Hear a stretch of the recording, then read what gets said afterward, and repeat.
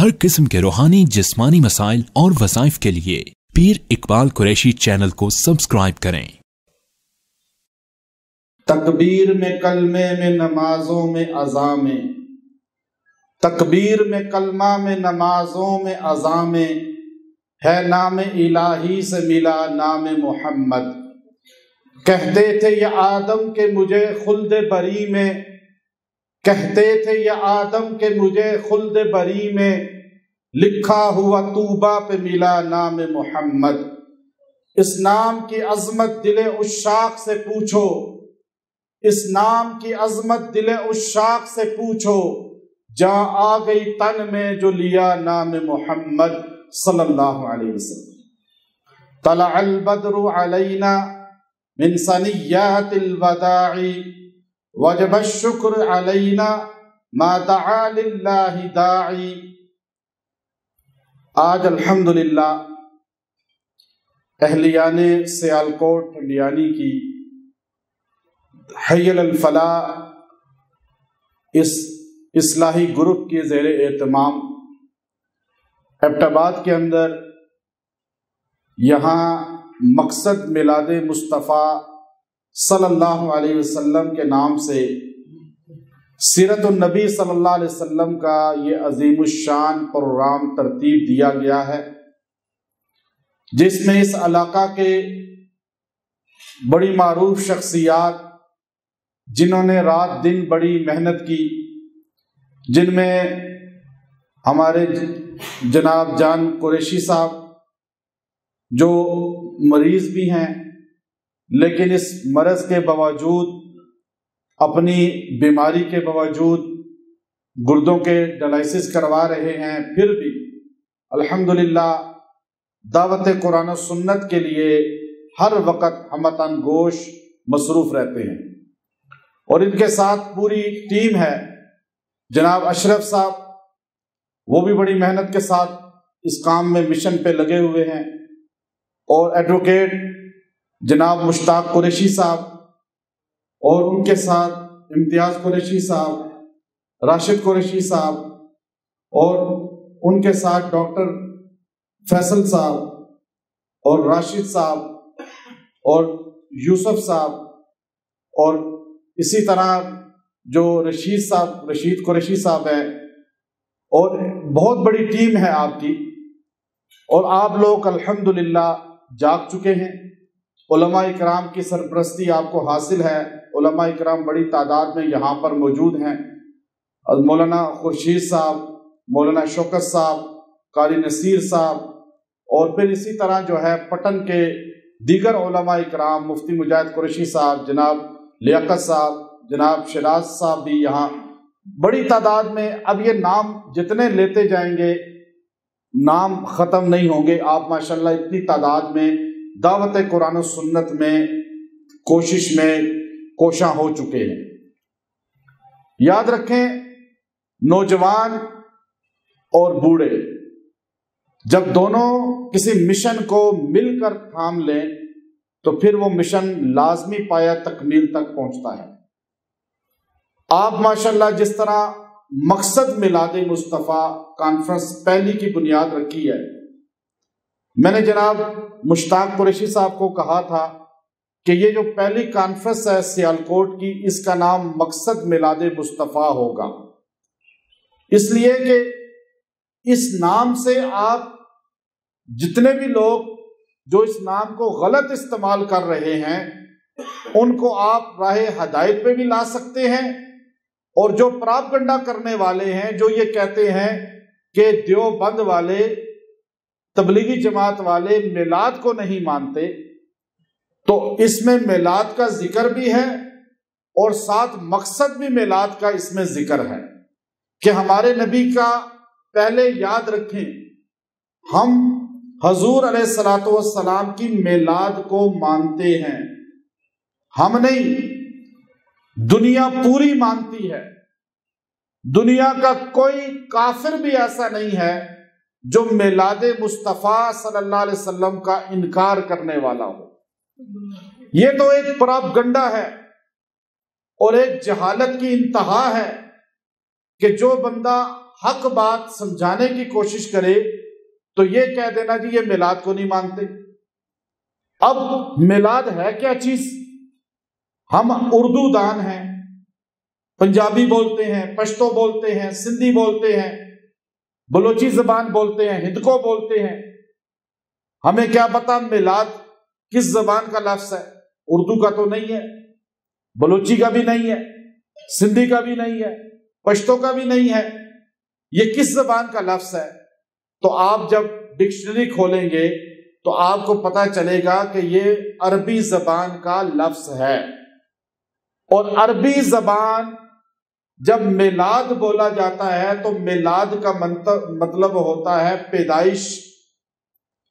عربی میں میلاد، اردو میں پیدائش۔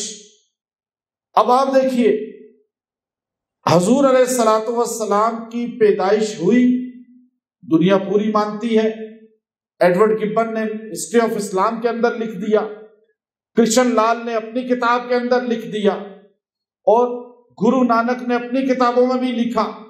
آج دنیا میں کوئی غیر مسلم بھی ایسا نہیں ہے جو نبی صلی اللہ علیہ وسلم کے میلاد کو نہ مانتا ہو، پیدائش کو نہ مانتا ہو، اس لیے کہ ہمارے نبی پیدا ہوئے تو نبوت ملی، ہمارے نبی پیدا ہوئے تو عبداللہ کے بیٹے بنے، ہمارے نبی پیدا ہوئے تو آمنہ کے در یتیم بنے، ہمارے نبی پیدا ہوئے تو حلیمہ سعدیہ کی ڈاچی پر بیٹھے، ہمارے نبی پیدا ہوئے تو پتھر آپ کو سلام کرتے تھے، ہمارے نبی پیدا ہوئے تو درخت آپ کو سلام کرتے تھے، ہمارے نبی پیدا ہوئے تو بکریاں آگے نہیں چلتی تھی، پیچھے چلتی تھی، ہمارے نبی پیدا ہوئے تو حضرت شیمہ آپ کو لوری سناتی تھی، ہمارے نبی پیدا ہوئے تو ابو طالب نے اپنے گھر میں رکھا، ہمارے نبی پیدا ہوئے تو راہب نے آپ کے اعزاز میں اکرام کیا، سب کی دعوت کی، ہمارے نبی پیدا ہوئے تو ہمارے نبی کے اعزاز میں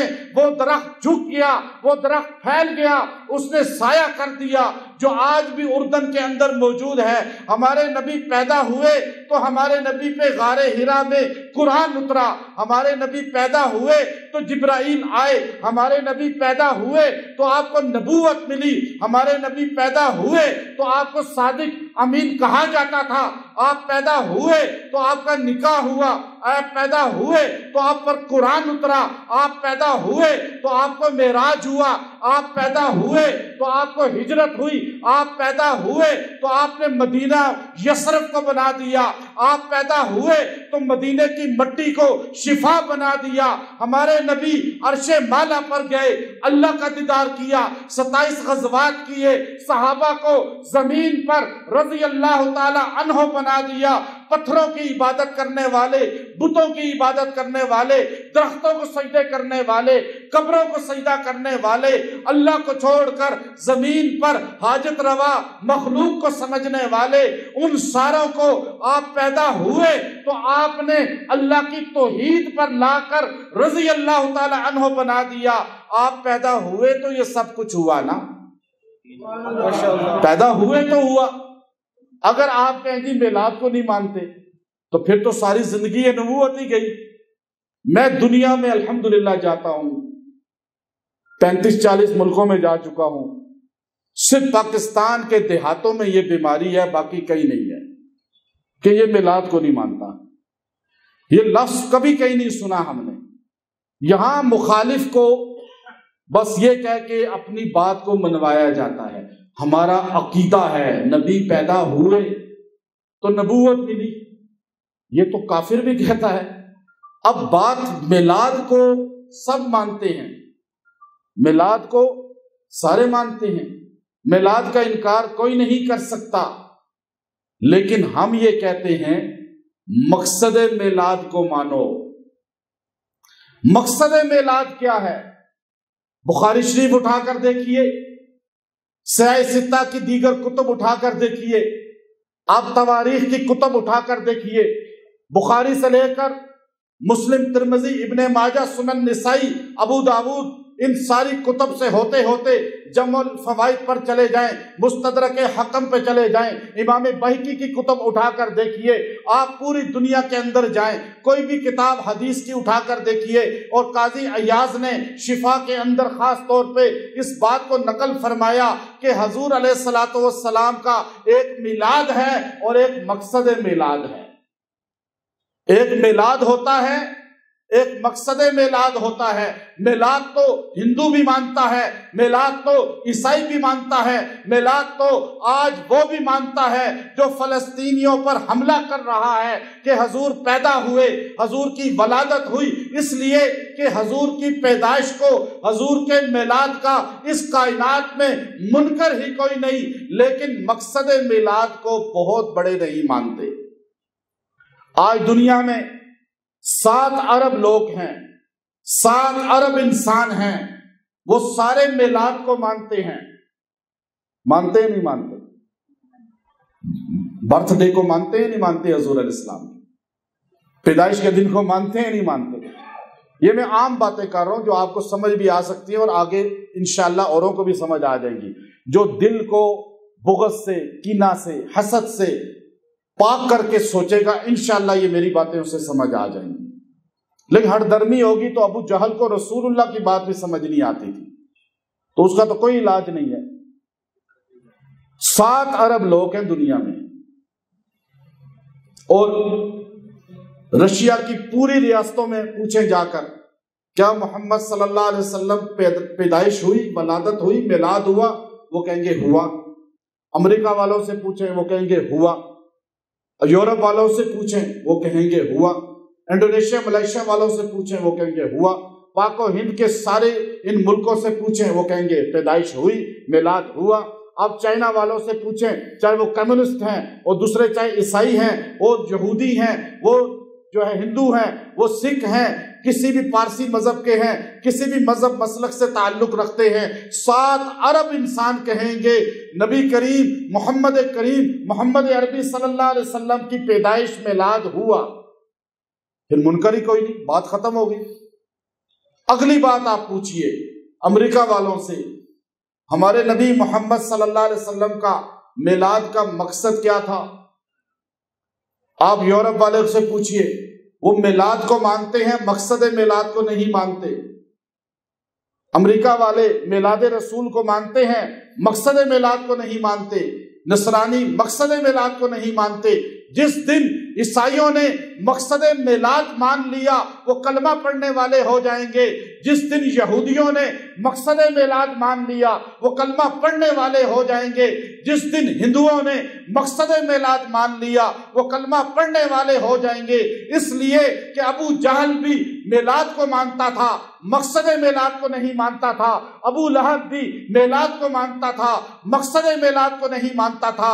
آپ بخاری شریف اٹھا کر دیکھیے، ایک عورت آ کر کہتی ہے، ابو لہب تجھے پتا ہے تیرا بھائی عبداللہ جو فوت ہو گیا ان کا ہاں بیٹا پیدا ہوا ہے، ان کے ہاں لڑکا پیدا ہوا ہے۔ ابو لہب نے خوشی کے عالم میں فرمایا، اے صوبیہ، اے سویبیہ، اے خادمہ، اے نوکرانی، اے باندی، تو نے مجھے خوشخبری سنائی ہے کہ میرے بھائی کے گھر میں بیٹا محمد پیدا ہوا ہے، اس کی میلاد ہوا ہے، اس کی ولادت ہوئی ہے، میں تجھے آزاد کرتا ہوں۔ حضور کی میلاد کی خوشی میں، پیدائش کی خوشی نے ابو لہب نے ایک نوکرانی کو آزاد کر دیا، لیکن یہی محمد الرسول اللہ، یہی خاتم النبیین، یہی امام الانبیاء، یہ سید الاولین والآخرین جب مقصد میلاد کوئی صفحہ پہ بیان کرتے ہیں اور آپ فرماتے ہیں لا الہ الا اللہ تفلحون، تم سارے کے سارے کلمہ پڑھ لو، میرے چچا ہو، میرے تایا ہو،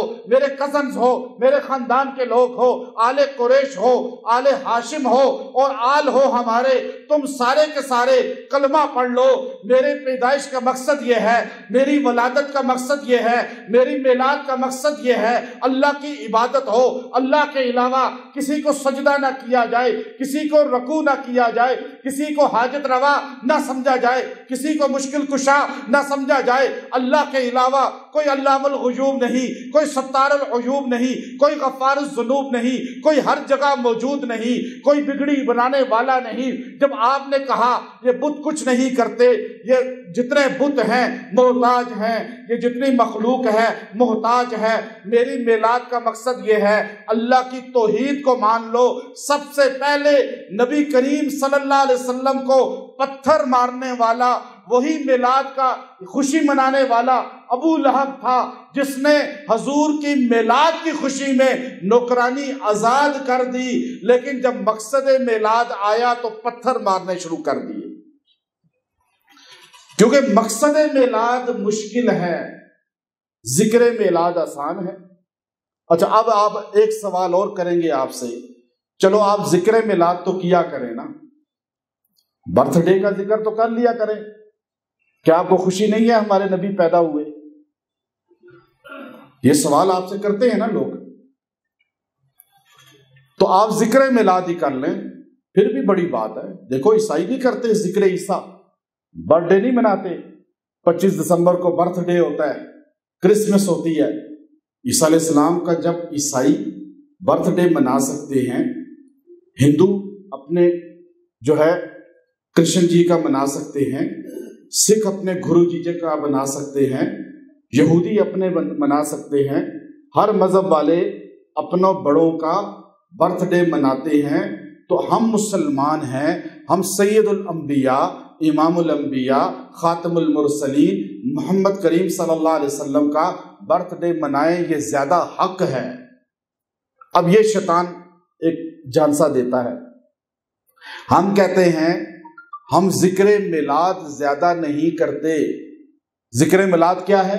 خالی پیدائش کا ذکر، بس اس کے بعد آگے ذکر ہی نہ کریں۔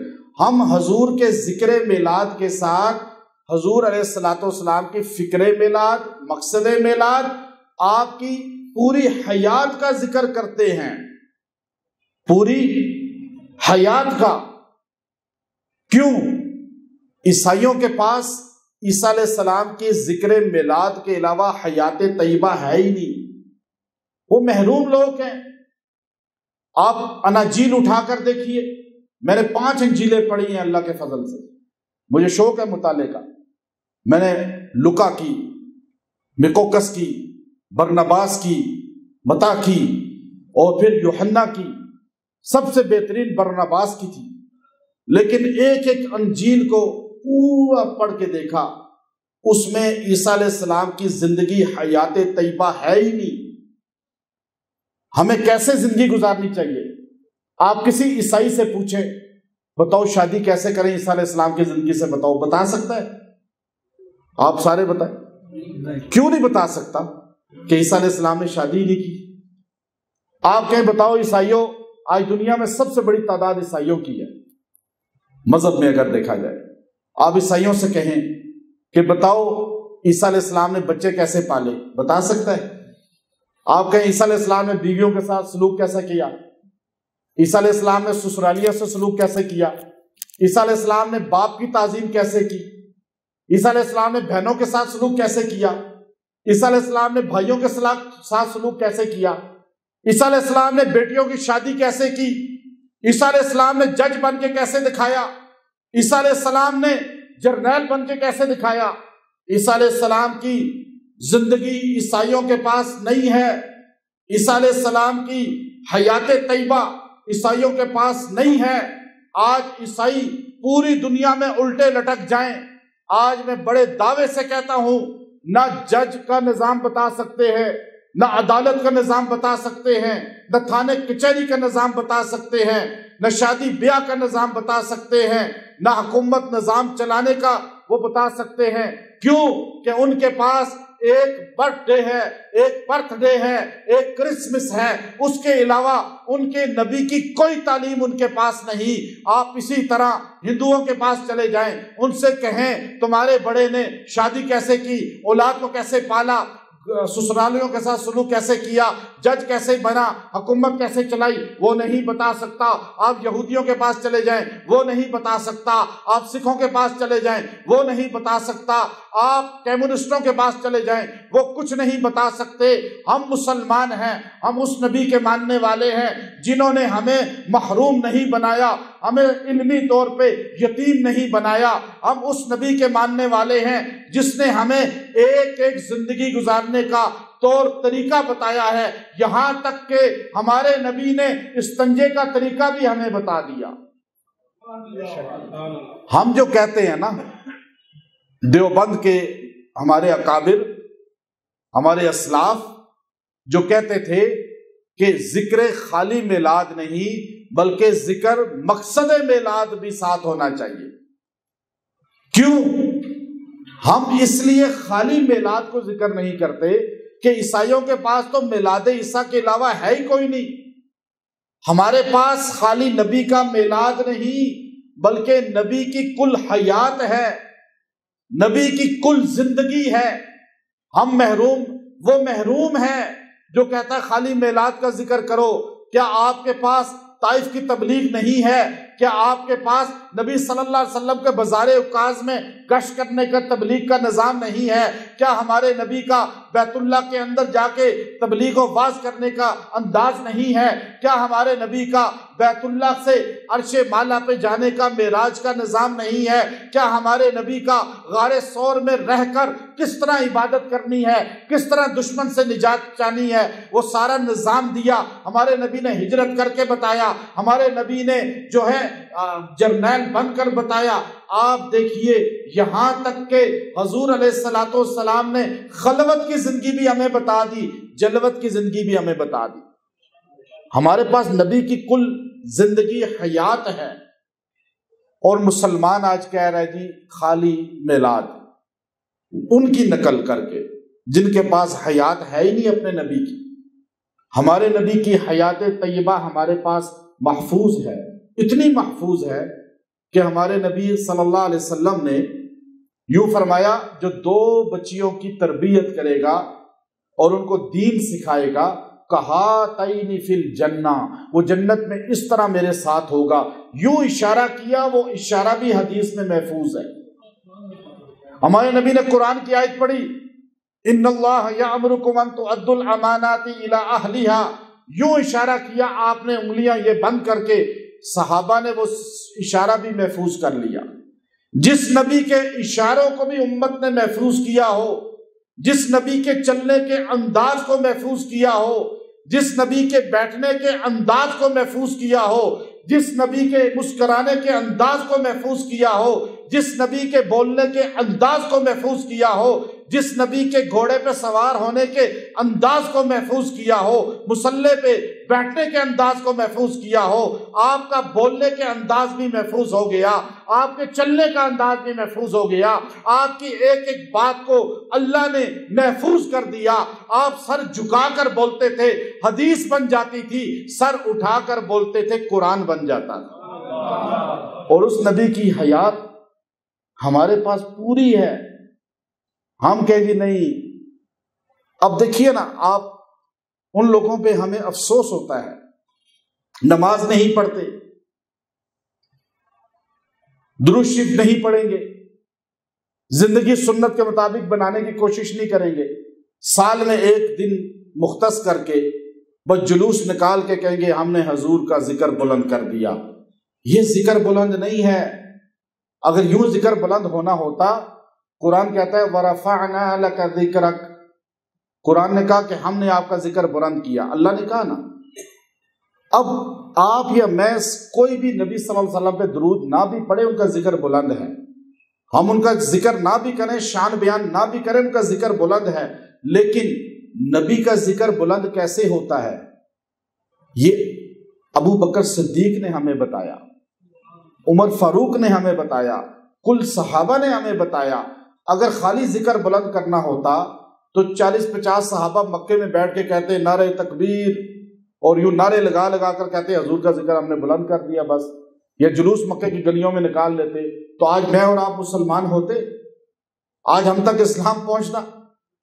انہوں نے مارے کھائیں، انہوں نے صعوبتوں کو برداشت کیا، تکالیف کو برداشت کیا، تبلیغ کی، جہاد کیا، اور انہوں نے مکے کی گلیوں میں مارے کھائیں۔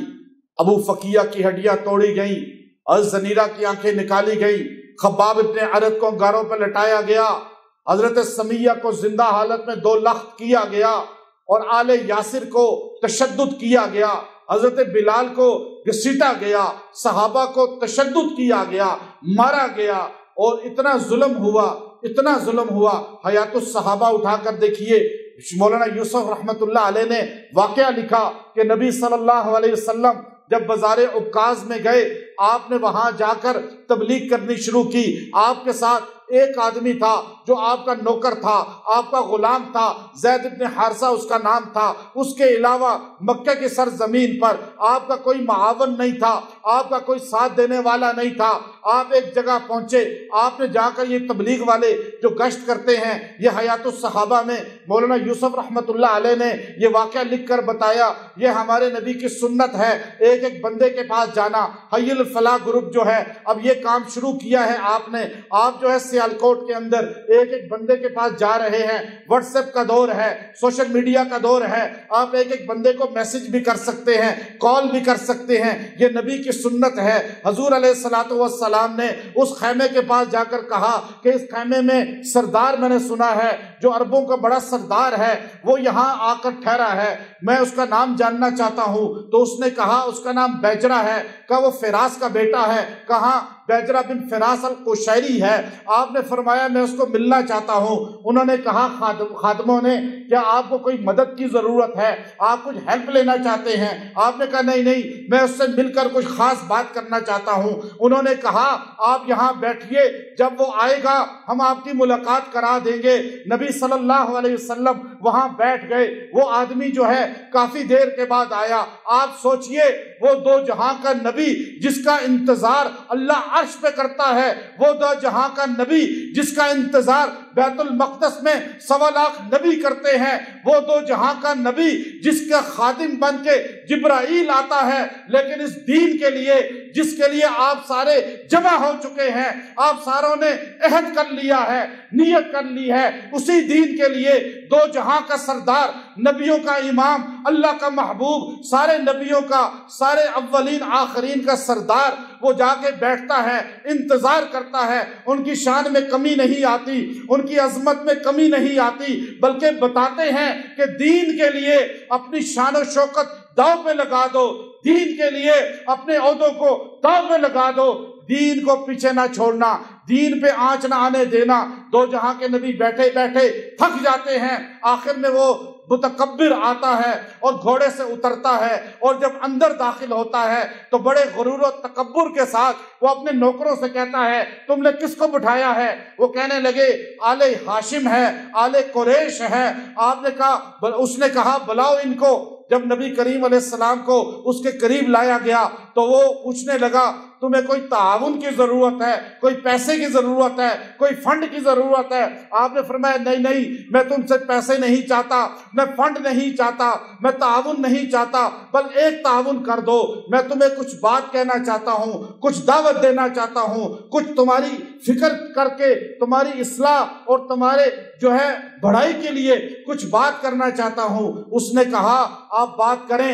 آپ نے کہا دیکھو یہ جو تم بتوں کو پوچھتے ہو، تم کہتے ہو اللہ کے ساتھ یہ شریک ہے، یہ وزیر ہے، یہ مشیر ہے، یہ معین ہے، یہ اللہ کے مثل ہے، یہ اللہ کسی کا مثل نہیں، اللہ کے کوئی برابر نہیں، اللہ کا کوئی شریک نہیں، اللہ کا کوئی ثانی نہیں، بت سنتے نہیں، حاجت روا نہیں ہو سکتے۔ دیکھو اللہ کے علاوہ کسی کو سجدہ نہ کرو، کسی کے سامنے نہ جھکو۔ جب آپ نے یہ جملہ کہا اس کی آنکھیں لال سرخ ہو گئی، چہرہ لال ہو گیا۔ مولانا یوسف رحمت اللہ علیہ حیات الصحابہ میں لکھتے ہیں وہ اتنے غصے میں آیا، غصے میں اٹھ کے یوں کھڑا ہو گیا اور کہنے لگا اے ہاشمی نوجوان، اگر میری قوم نے تجھے بٹھایا نہ ہوتا تو میں تجھے قتل کر دیتا، نکل جا، میں تجھے دیکھنا نہیں چاہتا۔ اس نے حضور علیہ الصلوۃ والسلام کو برا بلا کہنا شروع کر دیا، گالیاں دینی شروع کر دی۔ ہمارے نبی پھر اس کو دعوت دینے لگے، اس نے اور غصے کا اظہار کیا، تو ہمارے نبی وہاں سے چلنے لگے، آپ کا گھوڑا سامنے کھڑا تھا، آپ کے خادم نے گھوڑے کو سدھارا، آپ کے سامنے یوں کھڑا کیا، آپ اس کی رکاب پر جب پاؤں رکھ کر گھوڑے پہ بیٹھنے لگے، اس ملعون بدبخت نے حیات الصحابہ میں لکھا ہے اپنا نیزہ گھوڑے کو چبھو دیا، گھوڑا بتکا اور ہمارے نبی اسی لمحے زمین پر گر گئے۔ اور پھر سارے کافر بازار عکاظ، یہ البیک بنا ہوا ہے جہاں آپ شیطان کو کنکریاں مار کے باہر نکلتے ہیں، یہ وہ، بلکہ یوں آسمان کی طرف دیکھ کر کہا اللہ اب تو راضی ہے تو میں تیری اس میں بھی راضی ہوں۔ کیونکہ دین جب آپ کام کریں گے تکالیف آئیں گی، جب دو جہاں کے پیغمبر کو آ سکتی ہے۔ اب تو ماحول بہت اچھا ہے، تکالیف اٹھانے والے چلے گئے ہیں، قربانیاں دینے والے چلے گئے ہیں، اب فصل کاٹنے کا وقت ہے، اب تو آپ کو ہر جگہ ماحول ملتا ہے۔ اب دیکھیے آپ نے ایک سال کے اندر کتنی بڑی ٹیم آپ کی اکٹھی ہو گئی، اور آپ اس محنت کو آگے جاری رکھیں۔ جیسے جان قریشی صاحب نے کہا زندگی کا کوئی کسی کا پتہ نہیں، لیکن ایک چیز یاد رکھیے گا، یہ جو آپ ایک قدم بھی اٹھاتے ہیں نا، یہ بہت قیمتی ہے۔ میں رائمنڈ میں مولانا سعید خان صاحب رحمۃ اللہ علیہ کے دسترخوان بچتا تھا، 1994-95 کی بات ہے، تو میں جاتا تھا تو رات کو 2:30 بجے 3 بجے حضرت کا، مولانا سعید احمد خان صاحب وہ انسان ہیں جو مدینہ منورہ کے مقیم اور نیشنلٹی سعودیہ کی تھی، سعودیہ کی نیشنلٹی تھی، عرب نے ان کو کہا کہ آپ دو میں سے ایک کام کریں، یا تبلیغ کا کام کریں یا سعودی نیشنلٹی رکھیں، دو کام اکٹھے نہیں ہو سکتے۔ تو آپ نے فرمایا کہ میں نبی صلی اللہ علیہ وسلم کے دین کی دعوت کو سب سے مقدم سمجھتا ہوں، لے لو نیشنلٹی تم۔ اچھا میں ایک بات بڑی اہم آپ کو بتاؤں گا جو آج تک آپ نے نہیں سنی ہوگی۔ میں بزرگوں کی خدمت میں شروع سے جاتا رہا، آپ ہی میں سے ہوں، لیکن اللہ نے عزت اسی وجہ سے دی ہے کہ ہم نے بزرگوں کے جوتے اٹھائے، ان کے پیروں کو دبایا ہے اللہ کے فضل سے۔ مولانا سعید احمد خان صاحب، مولانا جمشید صاحب، ان ساروں کی خدمت میں نے کی ہے الحمدللہ۔ اور مولانا سعید احمد خان صاحب وہ انسان ہیں جن کی کرامات میں نے اپنی آنکھوں سے دیکھی ہیں۔ میں ان کی خدمت میں بیٹھتا تھا، وہ نعتیں سنتے تھے اور خود لکھتے تھے کلام اپنا، محمد کا روزہ قریب۔ میں نے اس 94 میں یاد کی تھی ان سے سن کر، اگر کوئی اپنا بھلا چاہتا ہے اسے، یہ جو نعت ہے ان کی وہ بھی انہوں نے ہی لکھی تھی۔ تو آپ نے نیشنلٹی چھوڑ دی، ضیاء الحق مرحوم نے آپ کو پاکستان آنے کی دعوت دی، تو پی آئی اے کی فلائٹ پر آپ کو کراچی بلایا گیا۔ جو بندہ پہلی آپ کو سرید کھلانے والا تھا وہ میرے پاس علاج کے لیے آیا۔ ہوا یہ کہ کراچی کی مکی مسجد میں مرکز میں آپ نے شب جمعہ کا آ کر بیان کیا، تو آپ نے فرمایا کہ نبی صلی اللہ علیہ وسلم جب مدینہ گئے تھے تو آپ کو پہلا کھانا سرید کھلایا گیا تھا، ہمیں دیکھتے ہیں ہمیں کون سرید کھلاتا ہے، وہ بھی ہجرت کر کے گئے تھے، ہم بھی ہجرت کر کے آئے ہیں۔ وہ بندہ جو تھا امریکہ سے ادھر شفٹ ہو گیا تھا کراچی، پھر اسلام آباد شفٹ ہو گیا، تو وہ کہنے لگا میں گھر گیا، میں نے اپنی بیوی سے کہا کہ سرید بناؤ، شوربے میں وہ بناتے ہیں گوشت کا، تو کہتے ہیں صبح میں فجر کے وقت جو ہے وہ سرید لے کر سیدھا آپ کے کمرے میں چلا گیا۔ میں نے کہا حضرت یہ سرید حاضر ہے، کہتے اس کے بعد سے خادم بن گیا حضرت کا۔ تو اللہ نے ان کو ایسا کمال دیا تھا کہ جب وہ پی آئی اے پہ کراچی آئے تو انہوں نے بتایا مجھے، جو ان کے خادم تھے، کہ انہوں نے کہا کہ ان کو جہاز سے اترنے نہیں دینا، میں خود جہاز پہ آؤں گا۔ تو جب سارے لوگ اتر گئے تو آپ کے عادت ہے، مولانا نظر الرحمان صاحب دامت برکاتہ میری گاڑی میں اکثر سفر کیا ہے، تو میری فرنٹ سیٹ پہ اکثر وہ گوٹھ مار کے اس طرح بیٹھتے ہیں، گاؤں تکیا میں نیچے 2 رکھتا ہوں، وہ اس پہ یوں پاؤں ہلکے سے رکھتے ہیں، یہ بزرگوں سب کی عادت ہے ان کی عمر کی وجہ سے۔ تو مولانا سعید صاحب بھی، میں ان کے الحمدللہ بڑے قریب سے ان کو دیکھا، وہ بھی ایسے ہی کرتے تھے، تو وہ جہاز کے گوٹھ مار کے بیٹھے ہوئے تھے سیٹ پر۔ تو ان کو کہا گیا تھا عملے کو کہ آپ کو جوتے نہیں پہننے دینے جب تک میں نہ آ جاؤں۔ پھر یہ خود جہاز پہ گیا کراچی، اور جا کے حضرت کو پاکستان کا پاسپورٹ یوں پیش کیا اور پھر نیچے اپنے ہاتھ یوں رکھے، کہا کہ آپ پاکستان کی سرزمین پہ سب سے پہلے میرے ہاتھوں پہ پیر رکھیں اپنے۔ آپ نے یوں جب پیر رکھے تو آپ نے پاکستانی پاسپورٹ دیکھا، وہ پاسپورٹ چھوڑ دیا تھا، کس کے لیے؟ دین کے لیے۔ اب ہم تو دولت کے لیے بھاگتے ہیں نا، اور میں آپ کو بڑے دعوے سے کہتا ہوں جو دولت کے پیچھے بھاگتا ہے دولت اس سے آگے بھاگتی ہے، اور جو دین کے پیچھے بھاگتا ہے دولت اس کے پیچھے بھاگتی ہے۔ آج ہم مسلمان اس لیے بھاگ رہے ہیں کہ ہمیں اللہ تعالیٰ نے یوں پھرا دیا ہے، ہم دولت کی پجاری بن چکے ہیں۔ تو آپ نے یوں دونوں ایک پاسپورٹ چھوڑ دیا تھا۔ اب الفاظ سنیے گا، دوسرا پاسپورٹ پاکستانی یوں ہاتھ میں پکڑ کے فرمایا کہ ان سے خطاب کر کے کہا کہ تم نے مجھ سے وہاں کی نیشنلٹی لی ہے، لیکن جو میرا اللہ مجھے نیشنلٹی دینے والا ہے وہ تم نہیں چھین سکتے۔ اور اللہ نے وہ نیشنلٹی دی۔ آپ تبلیغ میں گئے، حج پہ واپسی پہ حج پہ آئے، اور حج پہ آپ کا انتقال ہوا، اور جنت البقیع مدینہ میں آپ کی قبر بن گئی۔ تو نیشنلٹی لے لی لیکن قبر تو مدینے میں بن گئی۔ اصل میں بات کیا ہے؟ جو دین کا کام کرتا ہے اللہ اس کو جن کے ساتھ اپنی نسبت قائم کرتا ہے انہی کے ساتھ اٹھا کے دفن کر دیتا ہے موت کے بعد۔ مفتی حسن صاحب رحمت دامت برکاتہم العالیہ نے کتاب لکھی ہے خوشبو والا عقیدہ، اس میں یہ بات لکھی ہے کہ میں نے خواب میں دیکھا ایک بزرگ نے کہ جنت البقیع مدینہ کے قبرستان سے کچھ لاشیں باہر لائی جا رہی ہیں، کچھ اندر لے جائی جا رہی ہیں۔ تو خواب میں اس نے فرشتے سے پوچھا کہ یہ لانے والے لے جانے والا نظام کیا ہے؟ کہا جی پوری دنیا میں لوگ مر رہے ہیں، لیکن جو صدقے دل سے دعا کرتا ہے اللہ مدینے کی موت دے، اللہ اسے مرنے کے بعد ایبٹ کے قبرستان سے مدینے میں منتقل کر دیتے ہیں۔ اور جو بندہ ویسے ہی حادثاتی طور پہ مر جاتا ہے مدینے میں یا کسی بھی جگہ اسے مدینے میں دفن کر دیتے ہیں، اس کی نیت نہیں ہوتی یا عمل نہیں ہوتا، اللہ کے فرشتے اسے وہاں سے باہر نکال دیتے ہیں۔ آپ جن کا کام کریں گے انشاءاللہ انہی کے ساتھ ہوں گے۔ یہ ابو داؤد شریف کی حدیث ہے، من تشبہ بقوم فہو منہم۔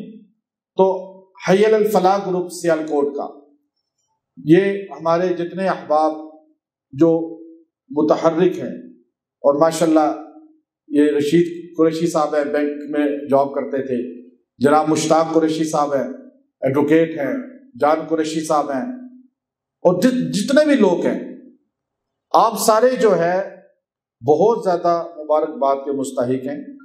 آپ اس محنت کو مزید آگے کریے تقویت سے۔ اس کی وجہ کیا ہے؟ قرآن پاک کی ایک آیت ہے، یہ جو لوگ جلوس نکال کے آج مجھے انہوں نے بتایا کہ وہاں ایک نئی بدعات شروع ہو گئی ہے، اور یاد رکھیں خالی میٹھی بات نہیں کرنی ہوتی، رد بھی کرنا ہوتا ہے باطل کا۔ جو غلط رسم آ جائے اس کا رد بھی کرنا ہوتا ہے، اور رد صرف قرآن پاک سے ہو سکتا ہے، حدیث نبوی سے ہو سکتا ہے۔ ذاتی رائے نہیں بیان کرنی کہ میرا دل نہیں چاہتا یہ کام نہیں ہونا چاہیے، نہیں۔ بات یاد رکھیں، میں ایک بات آپ کو اور بتا دوں، آپ کو اکثر لوگ اعتراض کرتے ہیں، میرے پاس ہم نے جب شروع کیا کام تو بہت سے لوگ آئے کہنے کہ آپ صلاۃ و سلام نہیں پڑھتے اذان سے پہلے۔ میں درگاہ گولڈا شریف سے میرا بڑا کلوز تعلق ہے، وہاں کے بڑے پیر صاحب سارے میرے ساتھ بڑی محبت فرماتے ہیں، اور اسی طرح اجمیر والوں سے ہی میرا بڑا کلوز تعلق ہے۔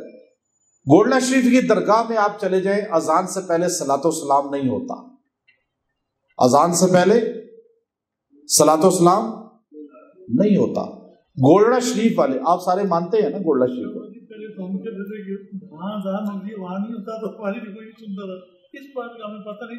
نہیں، میں تو خود کہتا ہوں، میں درگاہ میں اللہ کے فضل سے گولڈا شریف کی درگاہ میں میرے بیان ہوتے رہے، ان کے پیج پہ میرے بیان چلتے رہے، اور میں آج بھی گولڈا شریف کی درگاہ میں اکثر ان کے بڑوں کے ساتھ کوئی بھی معاملے ہوتے ہیں، ہمارے جو فیلڈ سے تعلق ہے ہم سے رجوع فرماتے ہیں۔ اجمیر شریف والے ہمارے پاس تشریف لائے، مجھے خلافت دی، بڑے بڑے درگاہ۔ اصل بات کیا ہے؟ گولڈا شریف میں دو کام نہیں ہوتے، میں آج بڑے دعوے سے کہہ رہا ہوں اور ریکارڈنگ میں کہہ رہا ہوں، یہ میں دعوے سے کہہ رہا ہوں، اگر گولڈا شریف والے یہ کام کر کے سنی ہے تو ہم بھی یہی کام کر کے سنی ہے. وہ اہل سنت ہے تو ہم بھی اہل سنت ہے. کیوں؟ پیر میر علی شاہ صاحب رحمۃ اللہ علیہ کو ہم سارے مانتے ہیں.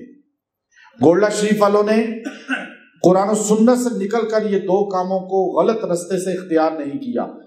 آپ کوئی نماز پڑھ کے دیکھیں وہاں پہ، اگر درگاہ شریف میں اذان سے پہلے صلاۃ و سلام پڑھا جاتا ہے تو میں بھی پڑھنے کو تیار ہوں، دعوے سے کہہ رہا ہوں. اگر گولڈا شریف کی درگاہ کی بات کر رہا ہوں، پیر میر علی شاہ صاحب رحمۃ اللہ علیہ کی، کیونکہ میں پاکستان کی درگاہوں میں صرف درگاہ گولڈا شریف کو دل سے مانتا ہوں کہ یہ خاندان میں چل رہی ہے. باقیوں پہ قابضین ہیں بیٹھے ہوئے. وہاں ایک صلاۃ و سلام نہیں ہوتا اذان سے پہلے، باقی ہر جگہ ہو سکتا ہے، اذان سے پہلے نہیں ہوتا. اب بکرا ذبح کرنا ہے تو وہاں پہ آپ کیا پڑھیں گے؟ الصلاۃ والسلام علیکہ یا رسول اللہ پڑھ کے بکرا ذبح کریں، حلال ہوگا؟ کیا آپ درود شریف کو نہیں مانتے؟ آپ سے پوچھا جائے کہ آپ درود شریف کو نہیں مانتے، کہ آپ نے یہ کہہ دیا نہیں حلال ہوگا، آپ کہیں گے جی یہاں درود نہیں پڑھنا، یہاں کیا پڑھنا ہے؟ تکبیر پڑھنی ہے. درود شریف عبادت ہے، لیکن جہاں ہمارے نبی نے کہا، جہاں نہیں کہا تو وہاں پڑھنا عبادت. یہی بات ہے، نماز کے بعد ذکر بالجہر نہیں ہوتا گولڈا شریف میں. یہ بات میں بڑے دعوے سے کہہ رہا ہوں.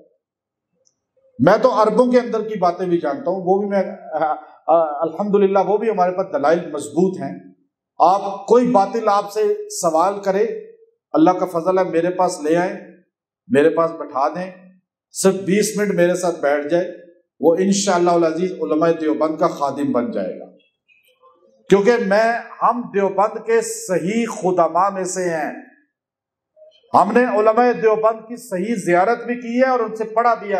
اور ایک بڑے فخر سے کہتا ہوں کہ میرا تعلق سیالکوٹ آپ لوگوں سے ہی ہے، اسی مٹی سے ہے، لیکن میں نے شیخ الحدیث مولانا زکریا رحمت اللہ علیہ کے مدرسہ سہارنپور سے بخاری شریف کی سند لی ہوئی ہے.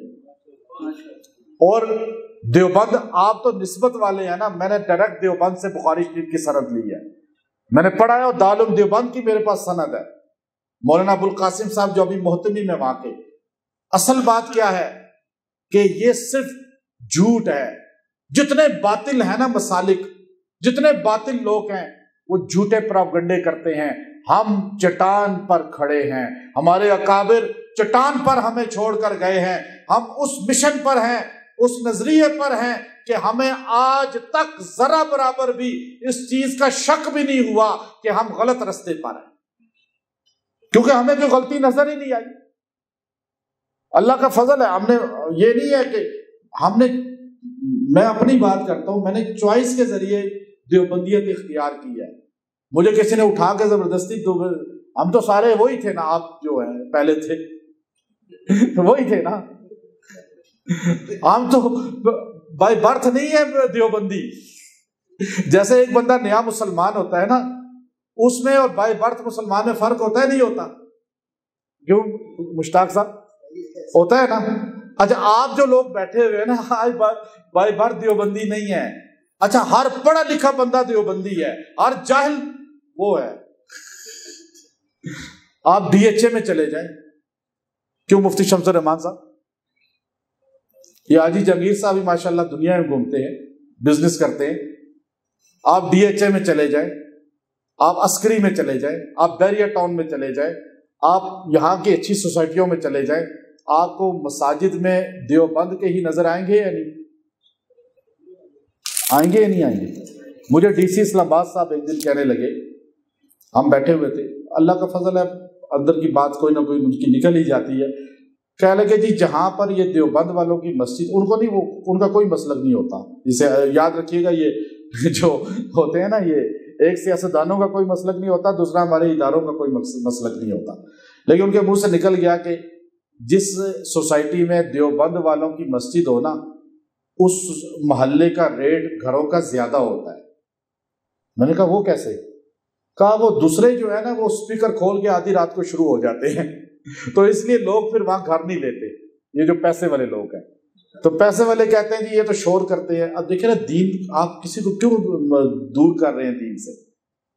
دین یہ ہے، اللہ کا فضل ہے، آج تبلیغی جماعت نے پوری دنیا کے اندر، آج میں ایک بات آخری کر کے بات آپ کو میں ایک چیز بتا دوں آپ کی تقویت کے لیے، بور تو نہیں ہو رہے آپ؟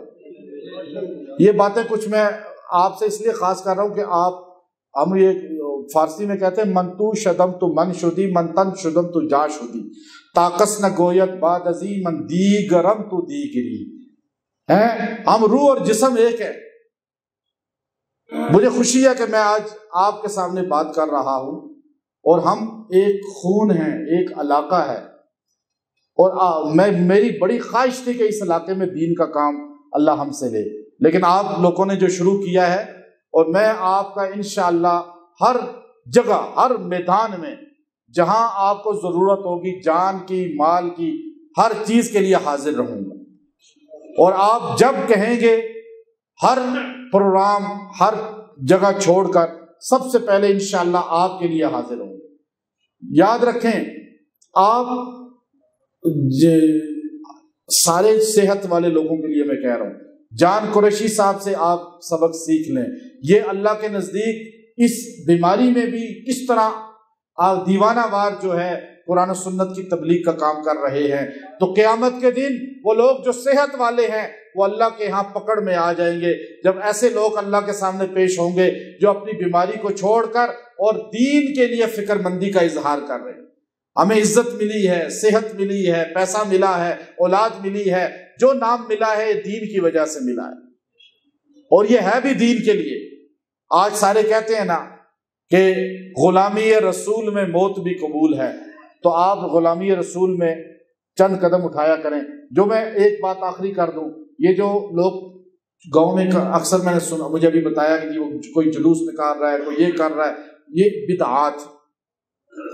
آپ کہیں گے جی بدعات کیوں کہتے ہیں؟ وَذَرِ الَّذِينَ اتَّخَذُوا دِينَهُمْ لَعِبًا وَلَهْوًا، قرآن کہتا ہے چھوڑ دو، وَذَرِ الَّذِينَ، وزر کہتے ہیں چھوڑنے کو، دھتکار دو، چھوڑ دو، الَّذِينَ ان لوگوں کو، اتَّخَذُوا جنہوں نے پکڑا، دِينَهُمْ اپنے دین کو، لعبا کھیل تماشا بنا دیا، جنہوں نے دین کو کھیل تماشا بنا دیا۔ ایک نعت رسول پڑھتا ہے، ذکر رسول کرتا ہے، وہ عبادت ہے۔ ایک ڈھول بجا کر، میوزک لگا کر ذکر رسول کرے تو آپ اسے عبادت کہیں گے؟ آپ کھیل تماشا کہیں گے نا۔ پھر چھوڑ دو ایسوں کو۔ اسی طرح کوئی ذکر رسول کرتا ہے، اور ذکر الانبیاء عبادت، اور سارے نبیوں کا ذکر عبادت ہے، اور دو جہاں کے پیغمبر کا ذکر تو افضل عبادت ہے، اور عبادت خانے میں ہوتی ہے اور یکسوئی کے ساتھ ہوتی ہے، یہاں تک کہ آپ بخاری شریف اٹھا کر دیکھیے، دو جہاں کے سردار سے پوچھا گیا کیف نصلی علیک یا رسول اللہ، اے اللہ کے رسول آپ پر ہم درود کیسے پڑھیں، آپ ہمیں بتا دیں طریقہ۔ ہمارے نبی بتا سکتے تھے کہ تم نے قیام کی حالت میں پڑھنا ہے، ہمارے نبی بتا سکتے تھے تم نے رکوع کی حالت میں پڑھنا ہے، تم نے سجدے کی حالت میں پڑھنا ہے، لیکن ہمارے نبی نے فرمایا کہ جب تم اتحیات میں بیٹھو یکسوئی کے ساتھ، توجہ کے ساتھ تم یوں کہو اللہم صلی علی محمد۔ درود شریف پڑھنا بھی عبادت، طریقہ بھی رسول اللہ نے بتا دیا کہ جب نبی کا ذکر ہو تو کھیل تماشا نہیں ہونا چاہیے، بلکہ یکسوئی کے ساتھ بیٹھ کر عبادت سمجھ کر۔ تو اس لیے ان لوگوں سے آپ دور رہیں اور آپ ذکر رسول کریں، اور اس کے علاوہ بھی آپ جو ہے اپنے علاقے میں اگلا پروگرام سیالکوٹ کی سطح پہ کریں، انشاءاللہ ہم آپ کے ساتھ جانی مالی حاضر رہیں گے۔